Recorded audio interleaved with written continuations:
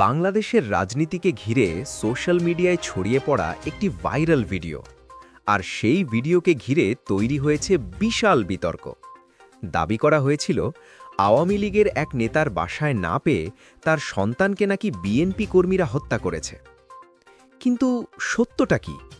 আসলেই কি এমন ঘটনা ঘটেছে, নাকি সবই সাজানো নাটক? আজকে আমরা আপনাদের সামনে তুলে ধরব সেই ভিডিওর আসল সত্য, বাংলা ফ্যাক্টের অনুসন্ধান এবং এই ধরনের ভুয়া নিউজ কিভাবে জনগণকে বিভ্রান্ত করছে।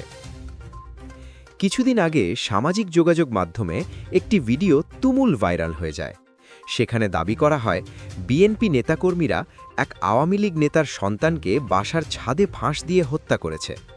এই ভিডিওর নিচে তৈরি হয় হাজার হাজার কমেন্ট, শেয়ার হয় অসংখ্যবার, আর তৈরি হয় ভয়, ঘৃণা আর ঘৃণার রাজনীতি। কিন্তু ঠিক সেই জায়গায় এগিয়ে আসে প্রেস ইনস্টিটিউট বাংলাদেশের fact check team, Bangla fact. তাদের অনুসন্ধানে বেরিয়ে আসে চমকপ্রদ তথ্য। ভিডিওটি মোটেও কোনো বাস্তব ঘটনা নয়, এটি একটি বিনোদনধর্মী ফেসবুক পেজ সুজন কমেডির বানানো সাজানো ভিডিও, আর সেটিকেই রাজনৈতিক উদ্দেশ্যে ঘুরিয়ে পেঁচিয়ে ছড়িয়ে দেওয়া হয় দেশের রাজনীতির বিরুদ্ধে অপপ্রচার হিসাবে। ফ্যাক্ট চেক টিম জানায়, গত এক বছর ধরে বিশেষ করে বাংলাদেশকে কেন্দ্র করে বিভিন্ন দেশি বিদেশি সোশ্যাল মিডিয়া অ্যাকাউন্ট থেকে ভুয়া খবর, বিভ্রান্তিকর কন্টেন্ট ও অপপ্রচার বাড়ছে। বিশেষ করে অন্তর্বর্তীকালীন সরকার ও বিভিন্ন রাজনৈতিক আন্দোলনকে টার্গেট করে এই ধরনের অপতথ্য ছড়ানো হচ্ছে।